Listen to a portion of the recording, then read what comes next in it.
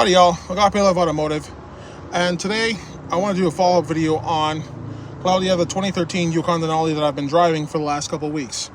So yesterday while I was driving home, I noticed that her battery gauge right there, instead of saying a solid 14 volts, it started to drop down to about halfway between basically less than 14 volts. So that was a point of concern. So I busted out my top-down battery scanner, came over below the hood, checked the battery, and it told me it had 847 cranking amps out of, I believe, 700. 700 is the number I set it to when I can't see or they don't have it labeled on the battery. So I knew it had more than enough juice to turn this thing over. But the problem wasn't with the alternator.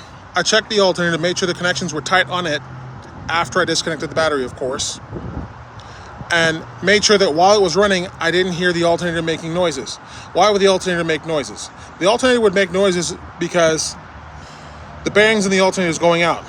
When they go out, you'll know when they go out, you'll hear a loud noise below the hood. And chances are it'll stop charging, or at least not charge as well. So it wasn't making any noises, and that looks pretty new. The problem was actually beneath the connectors themselves. So all I did was I took these off, I got a wire brush, cleaned them. I put them back on, and lo and behold, the mighty 6.2 went back to its normal powerful self. Now, warning signs that this was happening, even though it was previously was showing me 14 volts on the dash, it kept misfiring. I'd step on the pedal to go, and it would think about it, it would misfire. I could feel it misfire, and then it would take off going and be okay. But I knew that was a problem. So after I cleaned the battery connections, tested it, made sure it was good, that's all I did.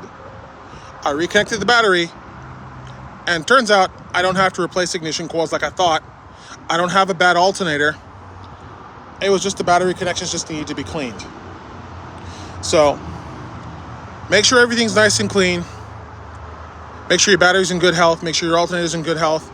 And your mighty 6.2, and just about any engine, any vehicle, when I inspect them, that's one of the first things I look at is the battery connections, and I make sure the charging system is up to par. Because you can pick up a vehicle for really cheap because someone just didn't take care of it. So anyhow, that's all I did. Just thought I'd share a quick tip on how to take care of your 6.2 or your Vortech engine. God bless y'all. Love y'all. Have an awesome day.